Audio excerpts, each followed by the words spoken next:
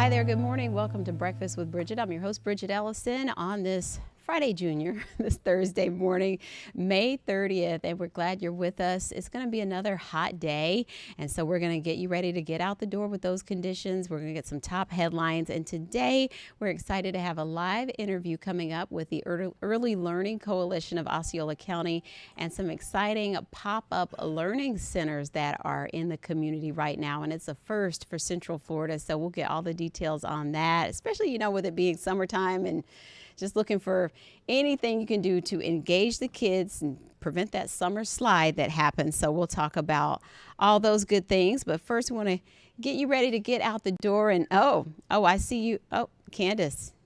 So hot outside, cold inside. Good morning. I've got Steve just right before he left. He gave me his FHP coat, his I've looked blanket. at that blanket a time or two. How is it? And then I've got a heater. It's cold. How's that coffee? Is it warm? Mm-hmm. Yeah. Cafecito. That sounds good. Yes. Is this your second glass? No. Your second shot. This is is your from first Marcus. Shot. Yeah, this is my first shot. Apparently, I had a first shot, but it was on my desk, and I missed that this morning. So it got cold. Yeah. Yeah. You know what you can always do? You can put that in a little cold cup of milk and make yourself a little café con leche. Oh. Well, I need almond milk, though. Oh, okay. Well. I've gotten older, and the lactose. We need to have a little setup in a refrigerator. Yeah. Well, good morning, everybody. It's and Bridgett, you're right. It is going to be another hot day. Just don't look at all the heating elements that I have in here. At least hopefully the engineers aren't watching. Temperatures for today are going to be back into the mid-90s. Let me show you real quick what's going on across Central Florida. We're talking about near record highs once again this afternoon. We're back up into those mid-90s. Leesburg will have the opportunity to get to close to records with a high of 95. So it's still going to be hot. Not as hot as what we were yesterday. So our highs yesterday were about like 97. Today we're about 94. Rain chances, though, still will be hard to find. We have about a 20% chance of rain for today, primarily across our southern counties. And I'll show you why in just a few seconds. But the weekend won't be as hot. We're going to see more of a return flow off the ocean, more of that East Coast sea breeze, and that will start up a little earlier in the day. And because of that, it will be kind of like maxing out our temperatures into the upper 80s to low 90s. So there will be a little bit of relief in the forecast, not a whole lot, but it really won't come in the way of rain, which we still desperately need. And then looking at those tropics, we got 2 days, count them, 2 days till hurricane season. This graphic, I know some folks are like, what's going on here? Why are there so many circles? We've got several tropical waves. This is normal for end of May, early June kind of season. Our waters have been extremely warm. Right now we're tracking ocean temperatures where we usually see them in August, we're seeing them in May. So we are certainly primed and ready for another active season. We do have these tropical waves. They are always out there, and they will be out there all season long. The good news is we're not expecting anything significant to develop within the next 2 to 7 days. Closer to home, though, what we are going to see is still the development of a lot more heat as we are watching this cold front continuing to make its way into Central Florida. Exit out of Central Florida. It's going to stay just south of our area today, which is why as the sea breezes collide, modeling is holding on to some scattered showers across our southern half of viewing area. Most of it looks like it's going to be in Polk County, but of course, we're going to keep that chance of rain for Osceola and Brevard County up to about 20%. So a higher shot the further south you are in the viewing area. Our northern zones, though, will stay very, very dry. So as we take you here, hour by hour, 94 will be your high today. Again, getting close to records in Leesburg with about that 20% chance of rain. You can see Leesburg's record set back in 1973. Could tie or easily break that record later on today. Now, we are going to see a downward trend in temperatures, and usually that means more rain. The factor that's really switching things up today, especially into this weekend, Bridgett, is going to be the ocean breeze. We're going to have the sea breeze starting up earlier. We're going to have a stronger east breeze, and that's going to help usher in that cooler ocean air, which is why temperatures will get back to near normal. So that doesn't really include a lot of rain in the forecast. So I know usually we get either the rain or we get the heat. Yeah. Saturday and Sunday is an interesting play because we'll still have Hmm. about a 10 to 20% chance of rain. It's not going to be a big washout. So as of now, still looks like we're still pretty much stuck in the dry season for a little bit. We've had a little bit of teasers, little sneak Hmm. peeks what rain season Hmm. has to offer.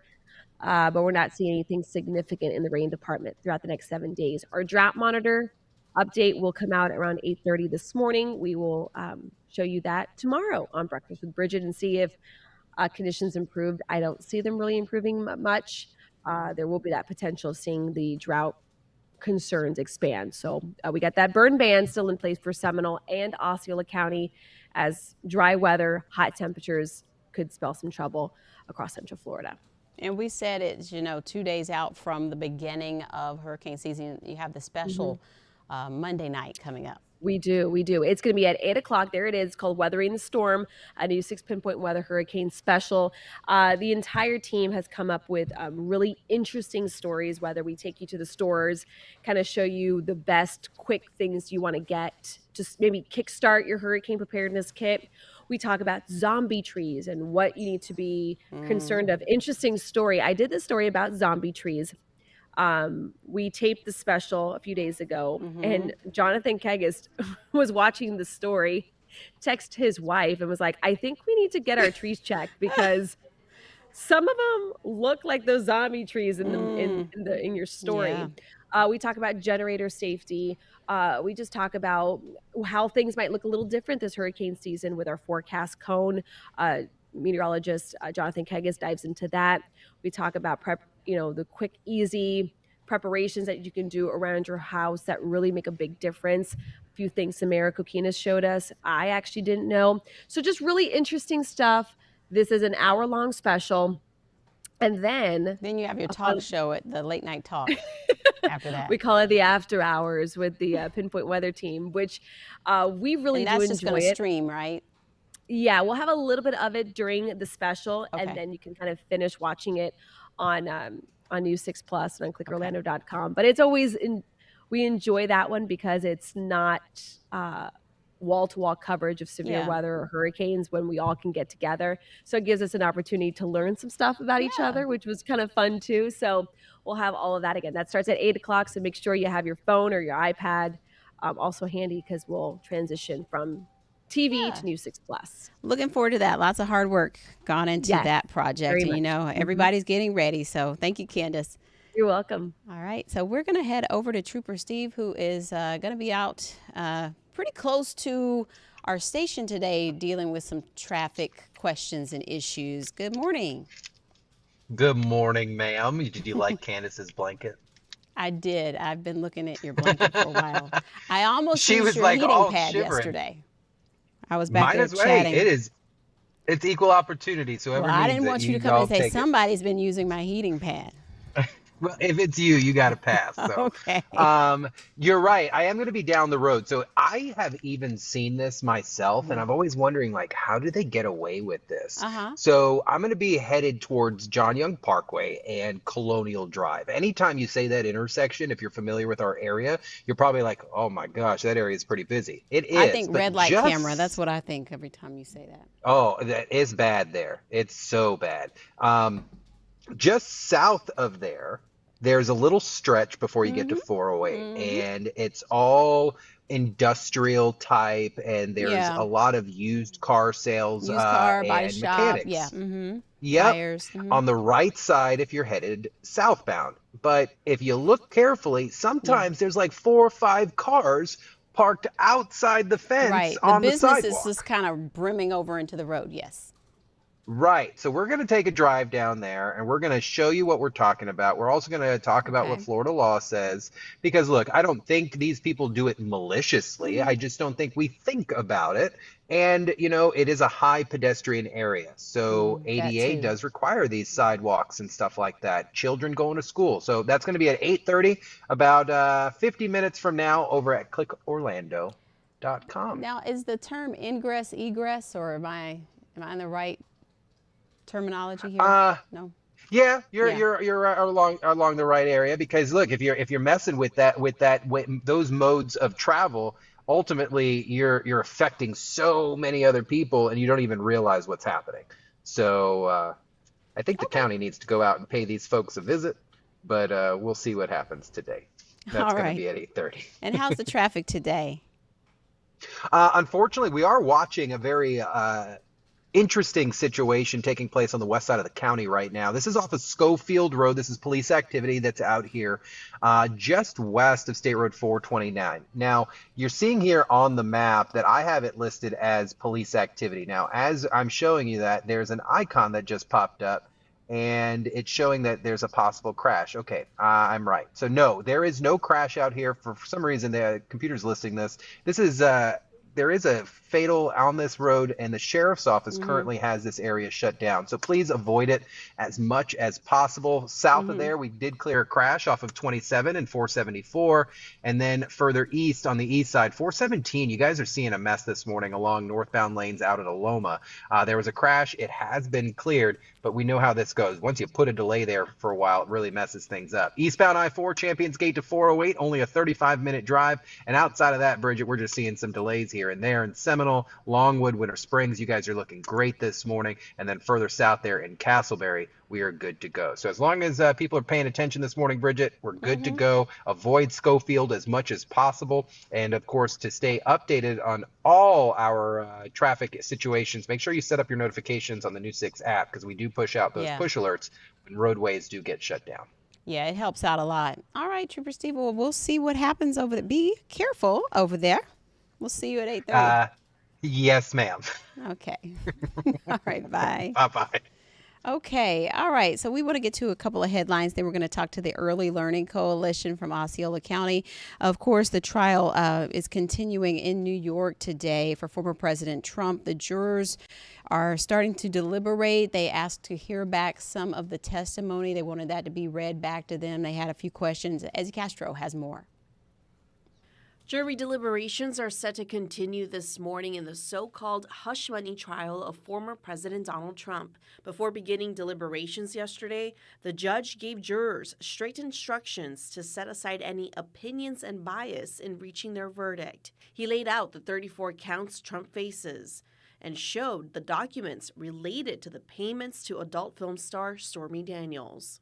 It's a pretty extraordinary experience because you have people from all walks of life, all kinds of different diverse backgrounds who are now charged with making this very important decision. They're also, quite frankly, very aware that the world is watching them. All 12 jurors spent nearly 5 hours deliberating, and before the end of the day, they were asked to rehear testimony from 2 key witnesses, former National Enquirer editor David Pecker and Trump's former attorney Michael Cohen. Prosecutors say there was a 2015 meeting between the two men and Trump, where Pecker allegedly agreed to be the eyes and ears for Trump's campaign and flag any negative stories to Cohen. Trump, though, denies any wrongdoing. It's a disgrace. This thing ought to be ended immediately. The judge ought to end it. So we'll keep you Jury updated. deliberations are set to continue this morning in the... We'll keep you updated on that on clickorlando.com. We'll have more at noon as well if anything else comes out. Also want to tell you about some flooding projections for Orlo Vista. That's a local community here that is prone to flooding because of some different infrastructure issues. And so Orange County is working hard to try to get ahead of things. But unfortunately, some of those plans won't be done until next year. So that's not really helping out with this hurricane season. But they realize that, and they're working on some other plans to get us through this year. Mark Lehman explains. For many in Orlo Vista, the scars of Hurricane Ian are still painful. Ian we had 4 feet of water in the house for like 3 days. 2 years later, there are still questions about if the flooding could happen again. Orange County now saying a drainage improvement project that started last spring won't be done this year. While great progress has been made, there has been a delay procuring the new pump station components. The county says supply chain issues are to blame on the $23 million project. $4 million of that is funded by Orange County tax dollars. News 6's Catherine Silver asked officials the most pressing question. Is the county really prepared? We are providing the flood storage volume. That is a monumental project that this county has done, not to conclusion yet, but to accomplish what has been accomplished in just a very short matter of time is absolutely remarkable. A bird's eye view shows you what has been done. Enough debris has been dug out to fill over 23,000 dump trucks. The goal is to make the 3 retention ponds capable of handling a 100-year storm. So certainly hopeful that that mitigation process really helps out for everyone in Orlo Vista, should there be a lot of water coming into the area. And now we want to go over to Amanda Kelkenberg. She's the CEO of the Early Learning Coalition of Osceola County. She's joining us this morning to tell us about an exciting initiative that you all are working on. Good morning, Amanda. Good morning, Bridget. Great to be here. Yeah, we're excited to share this news because this is something that people may come across in their daily life, running errands, and it's all about reaching more children and helping them with more opportunities to learn. Can you tell us more? We certainly hope that families this summer run across some of these early learn spaces. We're really excited. It's a little bit of a different way to engage families with really young children in learning and literacy. Hopefully a little bit more in their backyards. We have launched the installation of some small play spaces right now. We've got a couple already up in St. Cloud, one Clean Laundry and the Nutrition Zone. White Rose Bookstore in downtown Kissimmee has also popped one right into their store. With more to come in the Osceola County Welcome Center on 192. And we've got a great partnership with Hart Memorial Library in process that I'm hoping will launch this summer.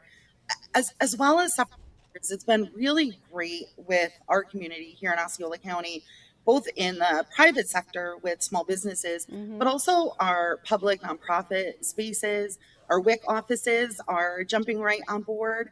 We've got a local hospital in Point Siena that's going to install one in their emergency room. So it's really about looking for opportunities where our families are with their young children in their day to just encourage and support spending time together with literacy and learning opportunities, just kind of built in. This means so much because you can think about how much you have to get done in a day as a busy parent or caregiver. And so not only is that adult probably delighted to see like, oh, this is there while I'm doing this, or the child is also lighting up just like they see a gumball machine or a playground. This is awesome. It's amazing when young children walk into a space like a laundromat and they see books and bookshelf with a bench that's their size, they just immediately know it's for them, right? It's great. It's just they're just drawn to it. It is, and you know, when we think about raising children today and everyone just being so busy, it is hard raising children today. To be able to, you know, go to your local laundromat and throw in that load of laundry and not have to carry toys and carry books with you, to be able to then or trying to keep up with them. You know, maybe you bring them and then forget to pick them up and take them home. You know, you lose a lot of things, and or you get out and you wish you had brought something with you for them. It's the last thing you don't want to do when you're heading to the laundromat. So just trying to think about those kinds of opportunities. You know, I love earlier that you mentioned Summer Slide, something that we're just all aware of.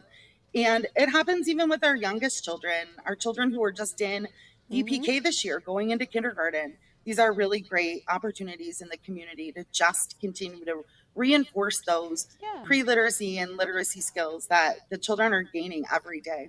And so you're going to see this, and you may read some of the books, or the children may play with some of the fidget toys or some of the things there, but you leave it there, right? It's not like a borrow it or bring it back. You're not checking anything out like a library. You know, we're pretty committed to letting the books walk. We really would love to see the book projects in all of these spaces help to build home libraries. So there is a commitment with the coalition and our partners to continue to sustain book distributions and all of these sites ongoing for the next few years. It's really hard to tell a child to leave a book So in if they want to one of keep these one, corners. that's We okay. really do want them to take them home. That's awesome. That's awesome. So what are you looking for in terms of, obviously this is a great impact for those who will come across these spaces, but what are you looking for from the community in terms of supporting more things like this and supporting Early Learning Coalition? I think the most important thing, obviously, the most important thing is families and children having spaces to just be together. In terms of our community, both our private and public sector, I think the support has been incredible. It is really about a commitment to learning, really from birth.